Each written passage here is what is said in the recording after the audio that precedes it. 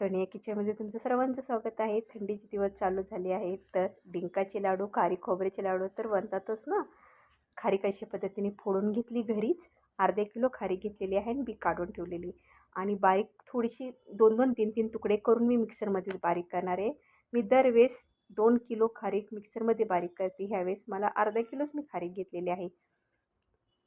आता ही मेथी घेतलेली आहे. मेथी 1 चमचा घेऊन मी दुधामध्ये भिजत ठेवलेली आहे. 5-6 तास भिजत ठेवायची आणि नंतरने मिक्सरला काढायची. अर्धा किलो खारीकला अप्पोच्या कमी मी खोबरं घेतलेलं आहे. खोबरं जर जास्त घेतलं तर खोकला येतो आणि एकतर थंडीचे दिवस आहेत. ही गोडंबी आहे आणि ही डिंक आहे. तो पण तळून घ्यायचा आहे. थोडेसे ड्रायफ्रूट्स काढले. जे असतील तुमच्याकडे ड्रायफ्रूट्स ते घ्या आणि ही गोडंबी मी बारीक करून घेतलेली आहे. आता हे सगळं सामान आपल्याला तुपात भाजून घ्यायचं आहे.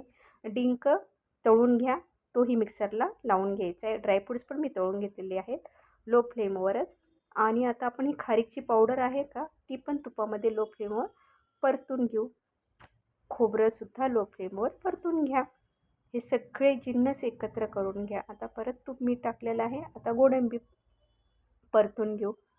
कारण की जर जास्त दिवस जर लाडू राहिले तर असा उबट असा वास येतो ना, तर राहत नाही, म्हणजे वास येत नाही. आता हे डिंक जो होता ना तळून घेतलेला, तो पण आपण बारीक करून घेतलेला. मस्तपैकी मिक्स करा.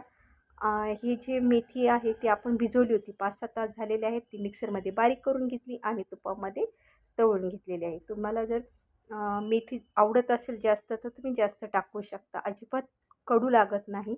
मुलांनाही खायला दिली तरी चालेल. आता आपल्याला करून घ्यायची आहे गुळाचा पाक. गुळाचा पाक तर नाही, पण गुळाचं पाणी जरूर करायचं आहे.